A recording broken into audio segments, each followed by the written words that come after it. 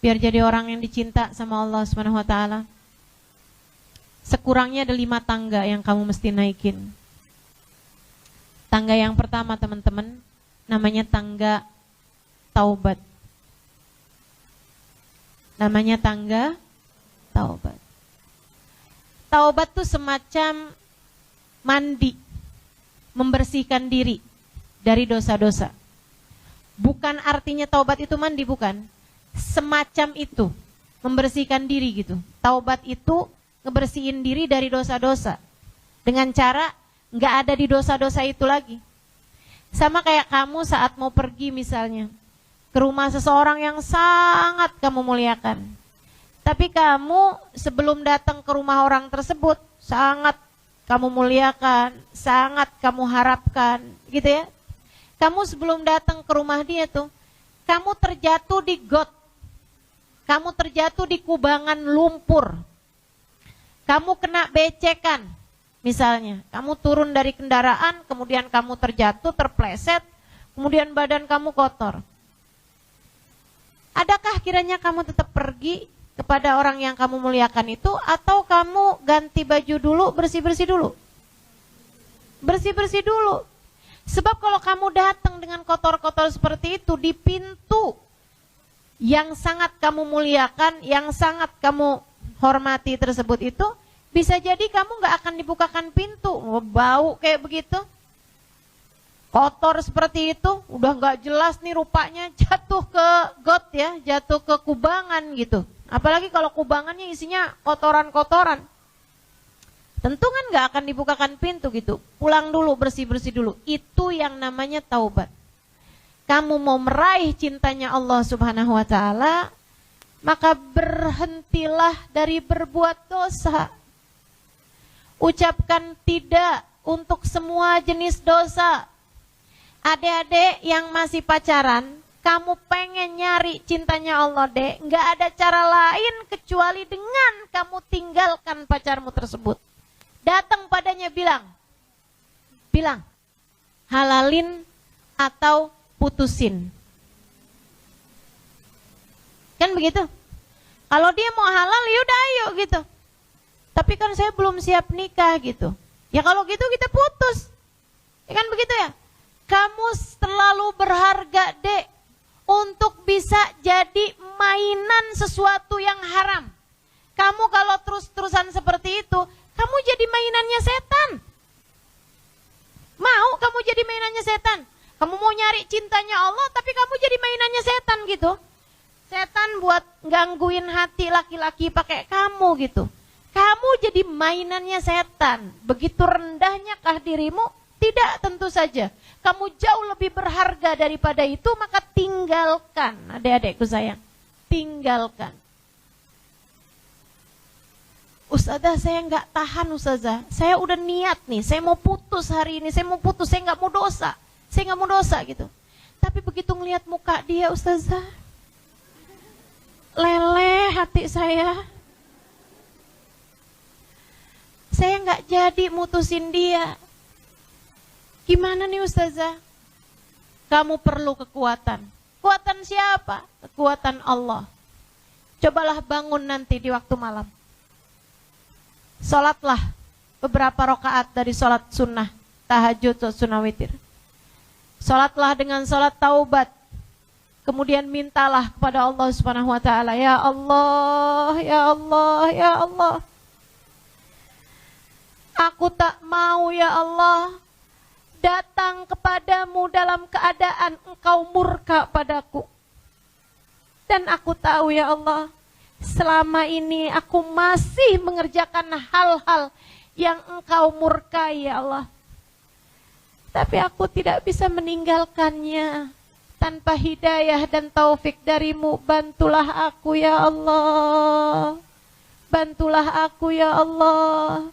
Jangan biarkan diri ini terus-terusan berlumuran dosa dan noda ya Allah. Tolong hambamu ya Allah. Nangis dek. Minta sama Allah. Allah tuh kalau diminta bakal ngasih. Orang minta dunia aja, padahal Allah gak suka loh. Allah nggak cinta sama dunia, Allah nggak suka sama dunia. Aduh, katanya Nabi Muhammad. Dunia ini musuhnya Allah. Tapi ada orang minta sesuatu yang Allah nggak suka, Allah kasih. Apalagi kamu minta hidayah, apalagi kamu minta ampunan, apalagi kamu minta rahmatnya Allah, mintanya cintanya Allah. Itu adalah sesuatu yang Allah sangat mencintainya, Allah sangat menyukainya. Ketika kamu memintanya, Allah pasti bakalan kasih. Percaya saya. Dengan syarat kamu minta. Allah itu suka melihat hamba-hambanya yang meminta. Karenanya perlu bagimu untuk minta jalan hidayah, minta biar bisa ninggalin dosa, minta sama Allah Subhanahu wa taala. Ya Allah, jauhkan saya dari dosa ya Allah. Buat ibu-ibu, buat siapapun juga. Jika kamu merasa sulit untuk meninggalkan satu dosa, misalnya dosa riba, utang mulu, panci yang kemarin belum lunas, udah utang lagi sekarang, ya, utang baju sekarang, utang apa lagi gitu, utangnya pakai riba. Kamu tahu itu suatu yang tidak baik, suatu yang diharamkan oleh Allah Subhanahu Wa Taala. Tapi walaupun udah niat berulang kali, saya nggak mau utang lagi, saya nggak mau utang lagi gitu. Kalau ada orang jualan lagi, beli lagi, utang lagi gitu, ya Allah, ini kok hati lemah sekali ini ya terhadap urusan kreditan, misalnya gitu. Kamu pengen kekuatan hati, minta sama Allah Subhanahu wa taala. Urusan besar, urusan kecil, terutama urusan meninggalkan dosa, minta kepada Allah Subhanahu wa taala. Ya Allah, mampukan saya meninggalkannya ya Allah, mampukan saya meninggalkannya ya Allah. Teman-teman saya sekalian, nanti sama Allah dibantuin. Nanti sama Allah dibantuin. Kamu jadi ngerasa yang ternyata alhamdulillah bisa juga nih gitu. Dah tuh teman-teman saya sekalian, taubat yang nomor 1. Tinggalin perbuatan dosa, nyesel sama Allah Subhanahu wa taala. Ya Allah, jangan biarkan saya berada dalam jalan salah ya Allah.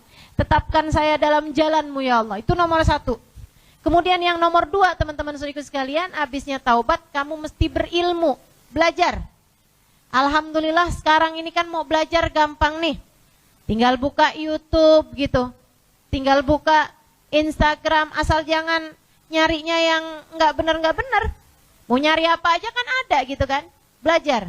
Tapi kamu mesti kenali dulu siapa yang kamu belajar darinya.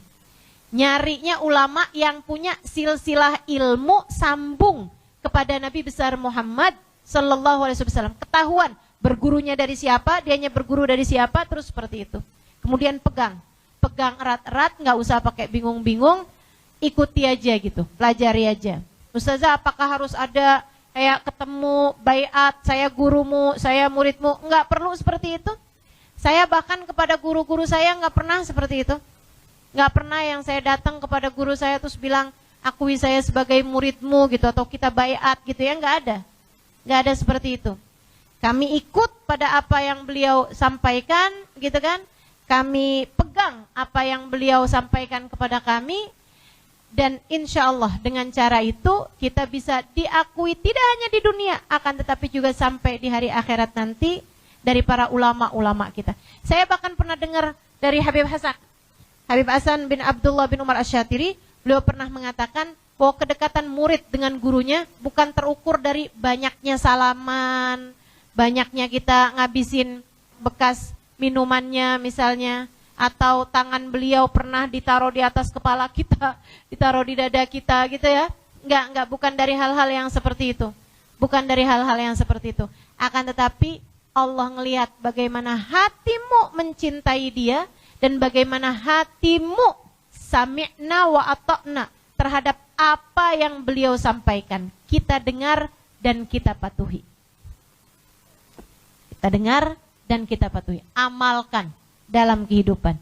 Gitu ya. Kalau seperti itu kamu benar terhadap seseorang, maka insya Allah mudah-mudahan Allah Subhanahu wa taala menjadikan kita sebagai murid-murid dari orang tersebut hingga nanti hubungan ini bisa panjang sampai ke akhirat. Insya Allah.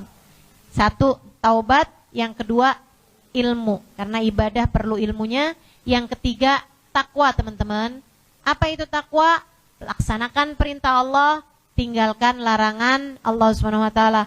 salah satu bagian dari takwa juga, pastikan makanan, minuman yang masuk ke dalam perutmu adalah makanan dan minuman yang halal. Jangan berani-berani sama yang bukan hakmu. Walaupun kelihatannya itu kayak milikmu, kamu makan enak kelihatannya, sejatinya di dalam perutmu ia akan menjadi energi negatif, mencegahmu dari berbuat taat dan mengajakmu selalu berbuat kesalahan dan dosa-dosa.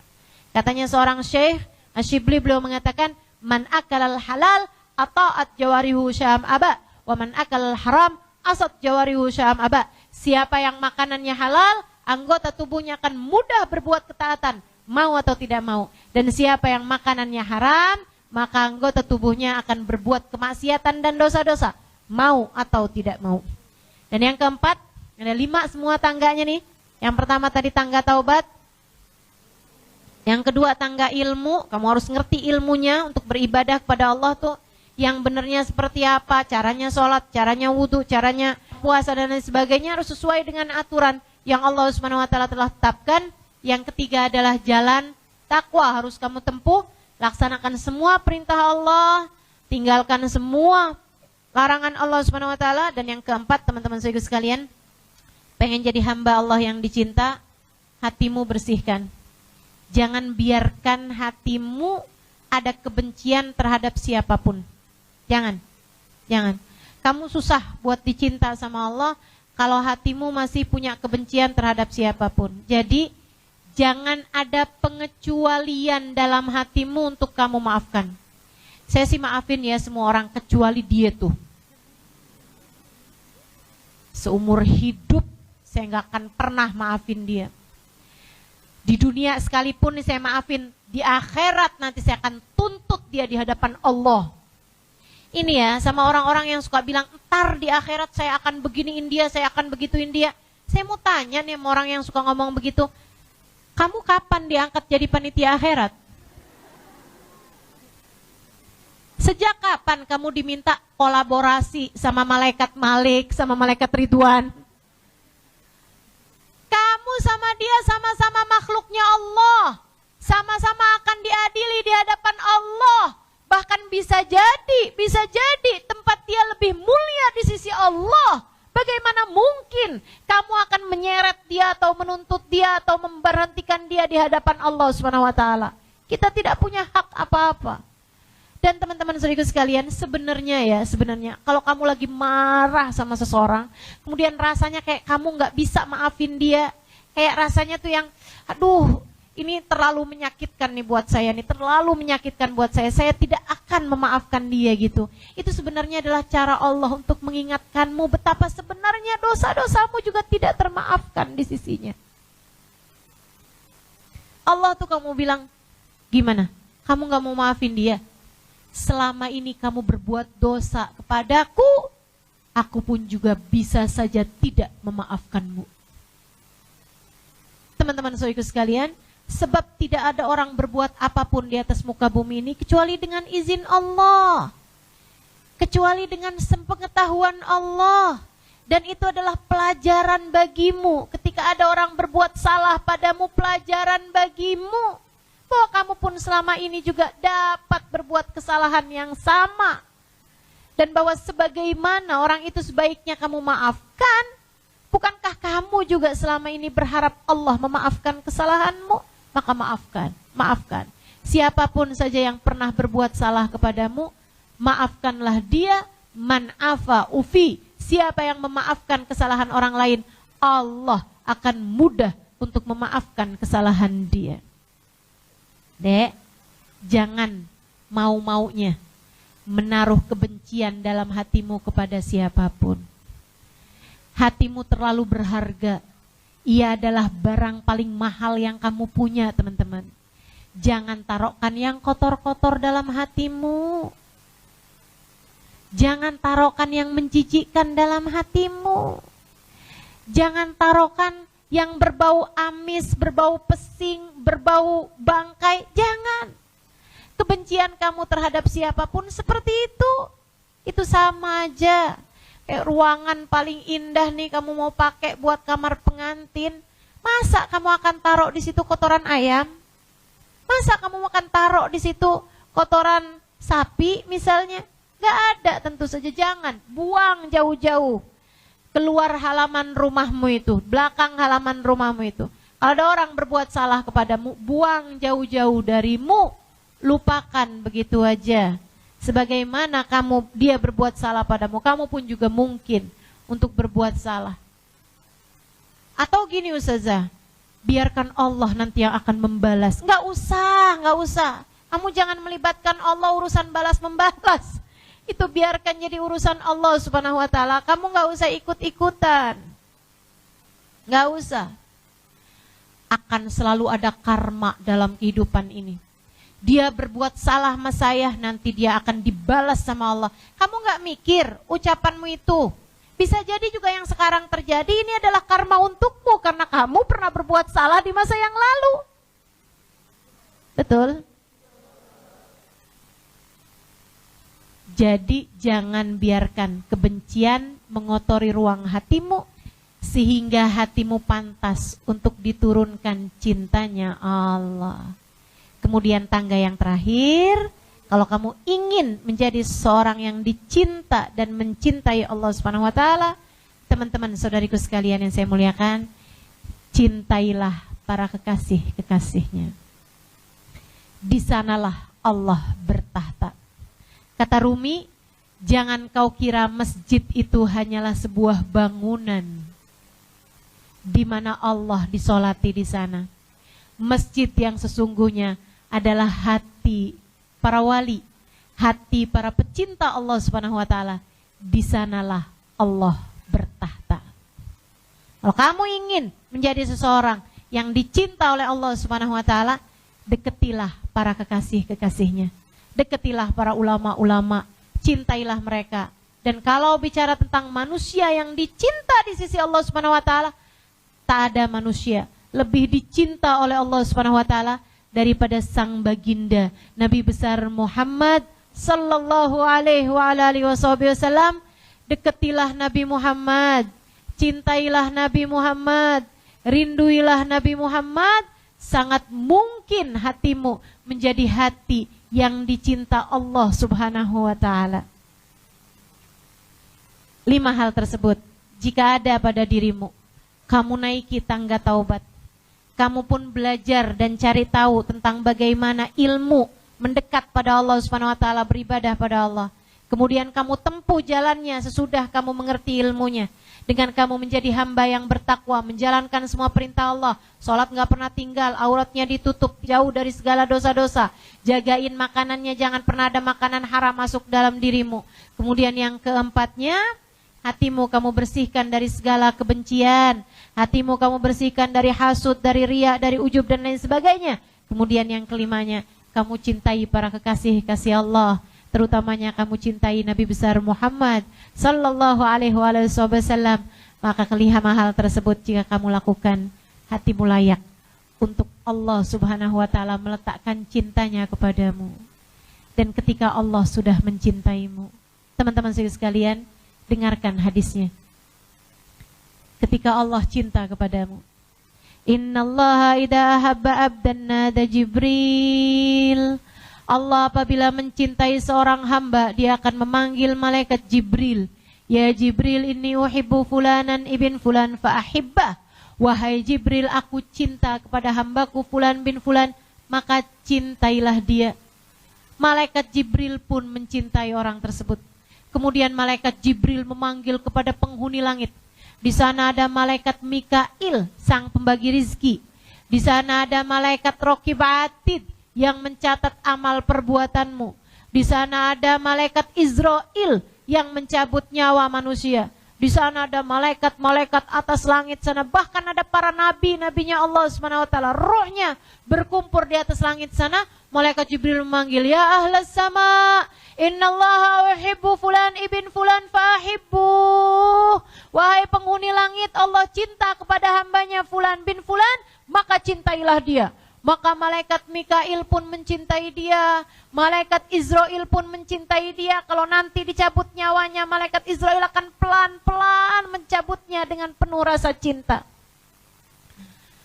Malaikat-malaikat semua cinta padanya, termasuk roh para nabi-nabi, termasuk roh para wali-wali, cinta kepada orang tersebut. Tsumma yudha lahul gubulu fil ard. Kemudian Allah letakkan rasa cinta tersebut, rasa penerimaan di hati hamba-hamba Allah yang soleh-solehah. Sehingga orang soleh-solehah ngelihat dia, cinta aja. Begitu asal lihat aja udah langsung cinta gitu. Teman-teman saudaraku sekalian yang saya muliakan, jangankan orang terdekatnya, bahkan yang jauh-jauh pun begitu lihat langsung cinta. Apalagi suamimu, kalau kamu dicinta sama Allah, Allah akan dengan mudah menjadikan suamimu mencintaimu. Dia mau atau dia tidak mau, secara paksa Allah jadikan hati suamimu mencintaimu. Hati anak-anakmu, Bu, kalau kamu dicinta sama Allah SWT, anak-anakmu gak usah kamu sering-sering kasih nasihat, gak usah kamu sering-sering bilang, nak, mama adalah ibumu, surgamu ada di bawah telapak kakiku. Gak usah. Gak usah sering-sering ngingetin anak tentang hadis al-jannatu tahta aqdamil ummahat. Anakmu akan mencintaimu setengah mati. Mau atau dia tidak mau. Kenapa begitu? Allah yang meletakkan rasa cinta di hati anak-anak tersebut kepada ibundanya yang telah dicinta oleh Allah Subhanahu wa taala. Saudariku sekalian yang saya muliakan, kalau kamu sudah meraih cintanya Allah Subhanahu wa taala, kamu tidur dan Allah mencintaimu. Kamu masuk kamar mandi dan Allah mencintaimu. Kamu pergi dan Allah mencintaimu. Kamu keluar rumah dan Allah mencintaimu. Kamu duduk di tempat ini dan Allah mencintaimu. Sehingga rahmat Allah diturunkan atasmu dan mengalir kepada orang-orang yang ada di sekitarmu. Keberadaanmu bisa menjadi tempat turunnya hujan rahmat Allah di atas muka bumi dan mencegah bala bencana turun di atas muka bumi ini. Saudariku sekalian yang saya muliakan, mari meraih cinta Allah Subhanahu wa taala. Sebab jika itu kita dapatkan, akan memenuhi semua kebutuhan kita terhadap cinta dari siapapun. Rabbana zalamna anfusana wa illam taghfir lana wa tarhamna lanakunanna minal khasirin. Rabbana atina fid dunya hasanah wa fil akhirati hasanah wa qina adzabannar. Da'wahum fiha subhanakallahumma wa tahiyyatuhum fiha salam. Akhiru da'wana anil hamdulillahi rabbil alamin.